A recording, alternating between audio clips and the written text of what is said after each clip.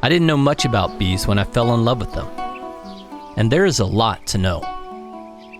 I've been keeping bees on the peninsula of Charleston for some time now. But the more you know and understand, the more you realize you don't understand. And whatever Earl knew about bees, I knew less. I knew that they made honey and that they could sting. But I didn't know how they made honey or why you use smoke to pacify them, or that they mostly don't mind us being around. And I didn't know how critical they were to our food system. Bees and other pollinators are required for over 80% of flowering plants to reproduce, and they contribute to about 1/3 of our food production in the US. And for decades now, bee populations have been declining. The bees are dying.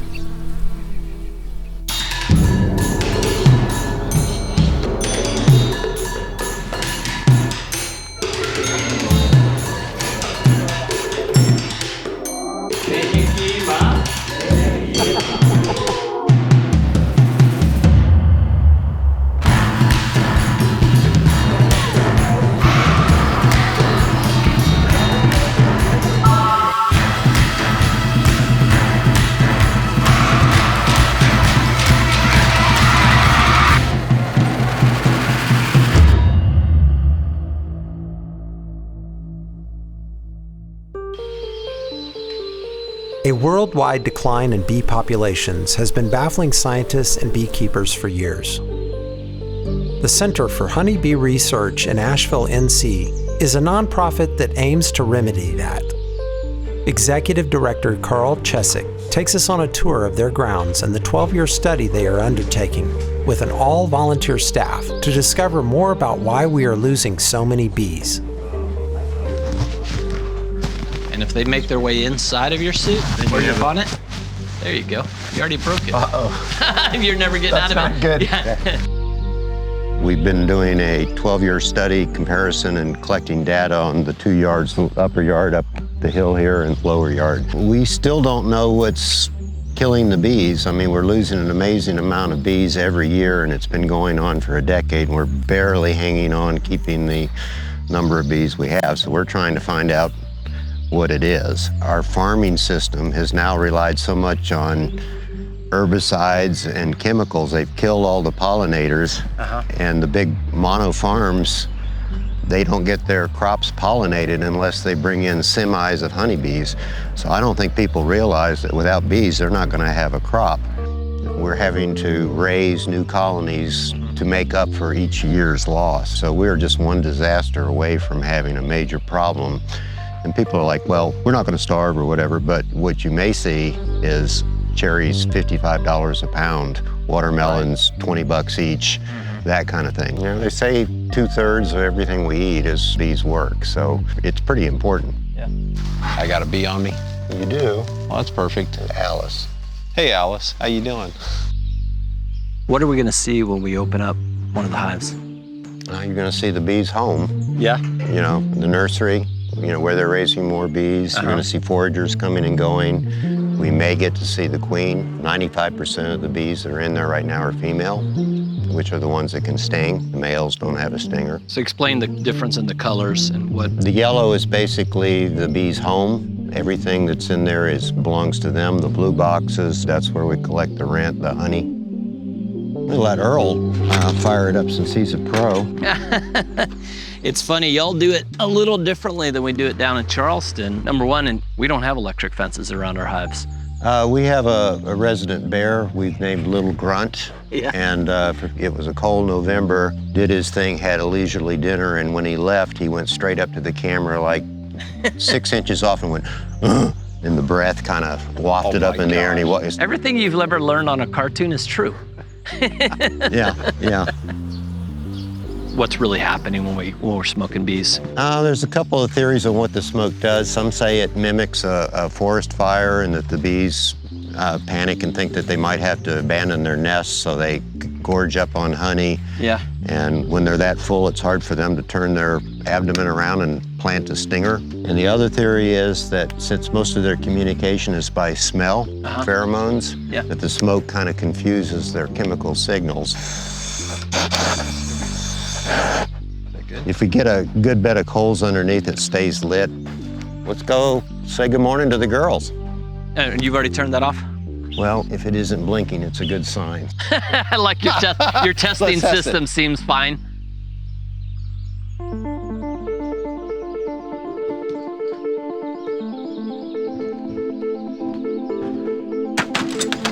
So these girls look like they're up and awake. Generally, if we're behind the flight path, are we pretty safe? Yeah, generally you don't want to stand in front because all the returning bees will come and then suddenly there's a mountain in front of their door that wasn't there when they left in the morning and they're like, Yeah. oh, they're up here. That's a good You thing. want to give them a little bit right in there, say hello. Okay, girls, so they don't have a lot of honey up here yet. Better safe than sorry. Yep. What are you looking for typically as a researcher when you're getting into these Well, things? throughout the season, we want to make sure that their queen is still in there. And 90% of the time, everything is fine. But if something goes wrong and you don't check, the colony can die out. At Carl's prompting, we undertook a side quest to find the queen. Oh, wow, that is capped. That's all honey, so they're gonna be in the bottom box. That's why their honey supers are empty. What does that mean? They Cap. So this that looks like water in the bottom of the cells, that's nectar that hasn't gotten the water evaporated out. They'll fan their wings and evaporate the water down to less than 20%. Then they put a wax coating on it to keep it from absorbing moisture if it's a humid day. So this colony has decided they're going to deprive the slum landlord of his honey. I've got nothing to extract in my boxes because they kept it all in this top box here. When a lot of times they should have brood all the way up in this box. I could just tell, as you were pulling it off, Carl, that thing seemed a lot heavier. It is. That's about 80 pounds. 80 pounds of honey, wow, just amazing. One trick is to get some space here. So, Wow, all that right. thing is teeming with bees. Now in here, this white is actually the larva, and they'll go like this for about 7 days, and they'll put a capping on them. This kind of felt-looking capping, it was different from the honey that we looked at here. This color is actually worker brood. These are bees that are going through metamorphosis, so they're becoming adult bees, and they'll chew their way out and be fresh. And that was just our first frame. Yeah, I didn't see the queen on that. We'll just go a little faster, because how many cells do you think are on one of these frames? Boy, good question. Let's see, 10, 20, 30, 40, 50, 60. I'm gonna say 150. Is he close, Carl? No. 300. No. 3,200 cells on this face and 3,200 over here. So my the goodness. last frame that was solid brood on both sides, Yep. Wow. over 5,000 bees are going to hatch in the next 10 days. We're doing kind of quick because we're hoping to see the queen. I saw the queen on the other side. You did. I thought I saw the yellow. I thought I saw a yellow. All right, now you put your reputation. I know, right? And I'm wrong. I don't see it anymore. I thought it would There's have been. yellow pollen. That's pollen on the back legs. They have like a saddlebag on their back legs. yeah. So, and the pollen is what they make the baby bees out of. The honey is basically the gasoline for the motor. I don't see her on this one. How many volunteers do you guys get coming through here? On the rolls, we've got, 100 volunteers maybe. So we have, seasoned beekeepers that are the team leaders that would go through and, make sure we get the data collected. It kind of becomes a bee school and a tour. Why is it important for, you guys to have people involved in the research? We're trying to get the public to open up. Yeah. There's the thing, a lot of them got stung when they were kids, and Right. they've hated bees ever since, and they don't understand and they don't know. Bees are absolutely fascinating. If you learn a little bit, you might get hooked. They don't have a central plan. The queen's not in charge. They just kind of know what needs to be done, and they just take it up and do it. So I think that's a really good model for humans. That piece of garbage is there, instead of going, somebody should pick that up. Well, you go over there and pick it up. It's something you can do. It doesn't take that much time, and it's good for the whole planet. Carl, how long have you been doing this? Oh, 20-something years. Wow, okay. After scouring several frames in the bee boxes, we didn't find the queen, but we were given a consolation prize. There's a little drop of honey here for somebody if they want to taste. This is some of the best honey I've ever tasted. You know what kind it was? You have to ask them what they've been gathering. What do you usually get around here? That tastes like locust to me, Locust? which we've got a locust tree on the, we Yeah. got them all over, but there's one on the corner there. After a taste of honey, Carl took us up to see their Wi-Fi monitored hives and explained how technology is changing bee search. research. These hives are live on internet, so every 5 minutes they're sending data. So things like that underneath are digital scale, so we know minute by minute how much it weighs. And that can actually show us in the morning when the bees go out, the weight goes down. So in this case, we're sending to the house over there. We got an antenna. So every 5 minutes, this sends all of the data to our website. So you're doing it putting it on the internet. Can people anybody can look at the hives. For as long as we've had bees around with, human civilization, cultivating and stuff like that, it feels like we're still learning. They say they've written more about bees than any other insect in 5,000 years of keepings. For us, the high tech, being able to have cameras and microphones, bee counters, being able to really look at it, we'll be able to see things that the beekeepers for 5,000 years have never noticed. Once you guys are able to collect the data, then what do you feel like we learn? I don't know what we're going to learn, but everything you learn brings more questions, and the questions need more answers. As humans, we're just trying to get super fast to the answer, and sometimes, we don't even know what the question is, right? And it kind of confines what we could possibly learn. When you've already decided this is what we're going to answer, you're not looking for anything else. I just know that there's darkness. I'm going to try to bring a candle in and see what we can see. Yeah. Before we left, we got to meet Samantha Fox Winship, bee mother of Mother's Finest Bees and one of the few women of color to be in the bee space. She was in town for Honeyfest and one of the judges for the Black Jar Honey tasting. This is my first time beekeeping with some other women. It's fun, right? It's normally a solo dolo thing. Yeah, it is fun. Can y'all come move to Winston-Salem? Or I'll move to Asheville. We are in a bee yard.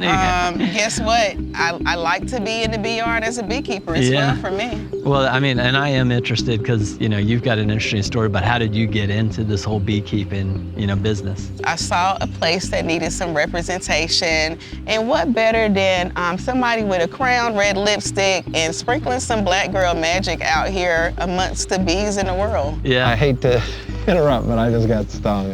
He's still stinging me. Cool. Where are you? In his head. Yeah, you want to pull the stinger out. Is it in there? I can't see it. Oh, there it you is. should. Sorry About about to get that. stung again. Now he's gonna start probably getting. You're gonna get nailed again. Unfortunately, the bees couldn't get enough of Craig, so we moved out into the yard. So Samantha, what was it about beekeeping that drew you in? And The labor of love. I like reaping the harvest after putting in some work and working for it. And is there an important part of being a woman and being a beekeeper? And they just bring something special, like a goddess energy that just exudes from bees and the queen bee. Look at how much life that she brings to that hive. It's generations of her, that one queen inside of one hive, and only a woman can essentially do that. So I think the representation is awesome. I've heard a lot in the beekeeping world where they say you get in for the honey, you stay for the bees. That's a true statement. Yeah. I like that. They say 5 million beekeepers worldwide, so every place that has flowers is going to have honeybees, and there's going to be honey, and all that honey is going to be different depending on what kind of plants they're visiting. And I got stung, but not everybody gets stung. Not everybody gets stung. Only the people who have the sweet smelly hair and cologne on.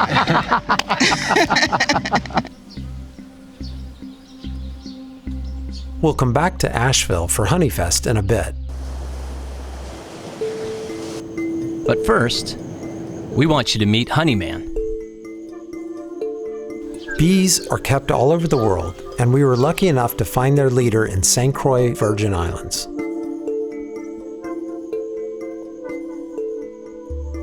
Honeyman, we're on your property. Where are we heading down to now? We're heading down to holy grounds. One of the blessed places on this island. Your father started the beekeeping, and you're continuing in that same tradition? Second generation, and I got some little third generation behind me. On this property, how many hives are you maintaining? Totally, say about 70. But you're catching swarms and That's right. splitting hives. I have total about 270 hives right now, 20 different locations on island. So Earl, you do some bees. Is that a lot of hives? I do 2 hives, and I do 2 small hives.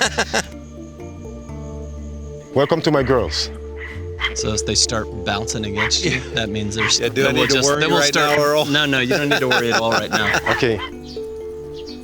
This is just the top bar. Mm-hmm. No frame. Yeah, you're not a frame at all. Wow, that's amazing. Are you not worried about them stinging you? Nah. Let me see if I'm gonna find mommy. This is a skill I have not yet gotten good at. For real? I can't find the queen. Okay, hold this. I'm gonna show you the queen. All right. Let's see. Where's mommy? She's not in here. How did the bees come to you? There's a science called voodoo. I'm a voodoo bee god. You gotta study the bees and let them come to you.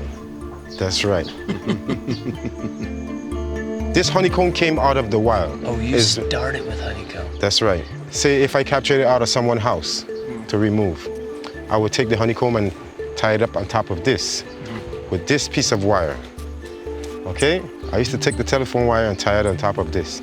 And the reason why, for the bees to give me a call. Let me taste some of the honey first. Okay. Oh my gosh. You want to dig in? Yeah.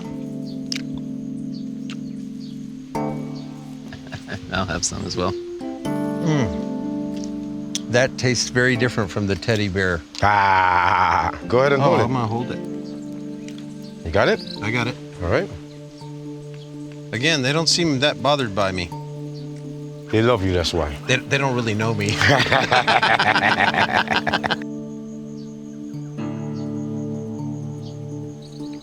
Can you see the queen? Yep.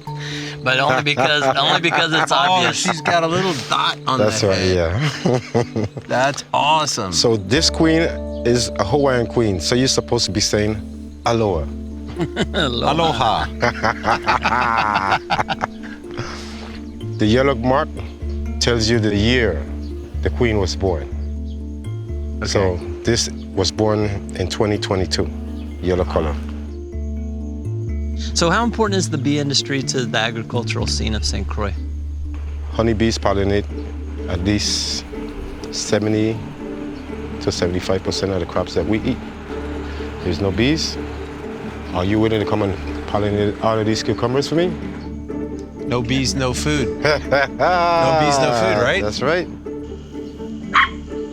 Okay, girls. I can hear them now. That's right. That's good time to smoke it. That's starting to sound like a horror film. Want to hold this one? Go ahead, Earl. So you were saying you're not necessarily a religious person. When he asked me from a Rasta, well, by faith, you could see yes, but I'm human. Right. That's right. That's first and foremost the most That's right. important thing. This is beautiful out here. And the bees are just fascinating. If I'm not in the hive, I'm in the garden. Pollen basket, Yeah. top of its leg. And it's so So you could tell what type of flower she's in.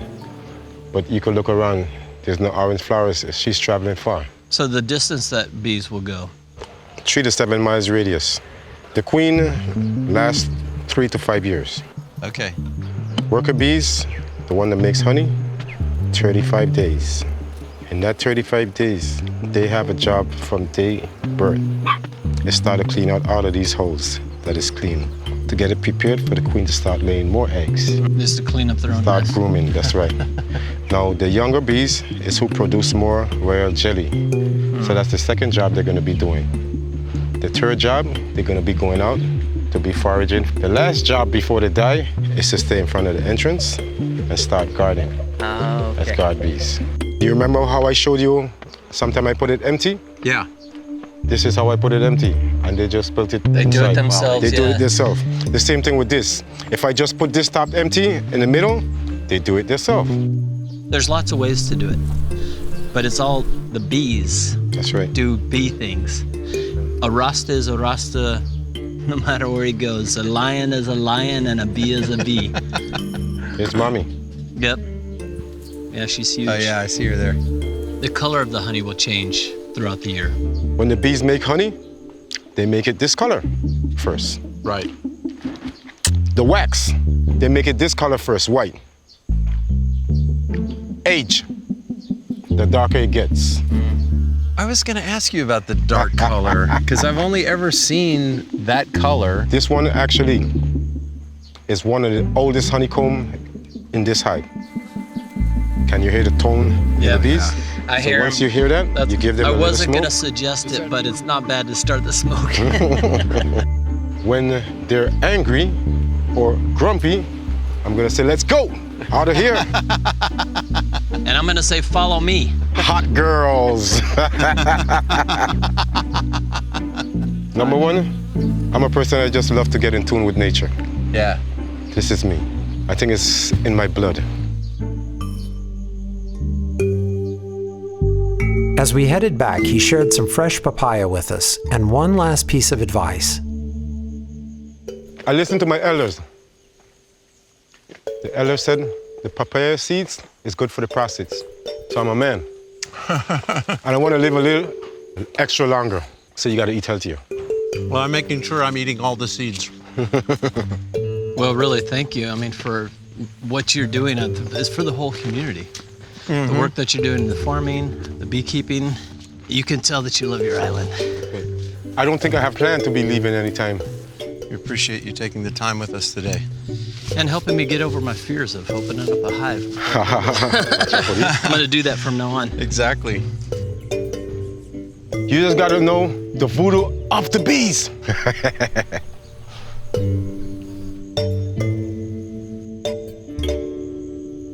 Speaking of the voodoo of the bees, it's time to get back to Honeyfest. Honeyfest is held every year in Asheville and brings together beekeepers from all over the world.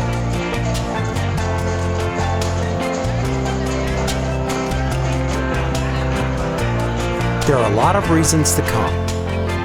Not the least of which is the Black Jar Honey Contest, where honey is judged on its taste alone, hence the opaque jars, and where yours truly is a celebrity judge.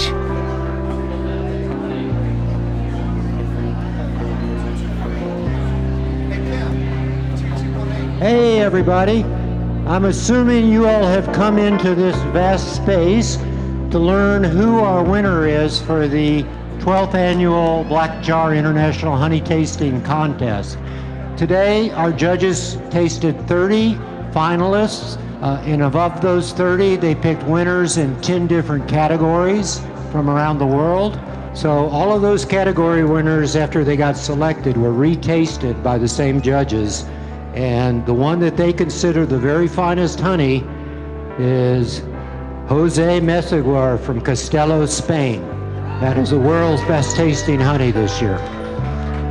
Thank you all for coming to the festival. Hope you're having a good time. So next time you fly in terror from a striped pollinator or consider smashing her in place, just remember how critical they are to our food supply and that they've got it pretty hard already. And where would we be without them? Just remember, you get into it for the honey, but you stay for the bees.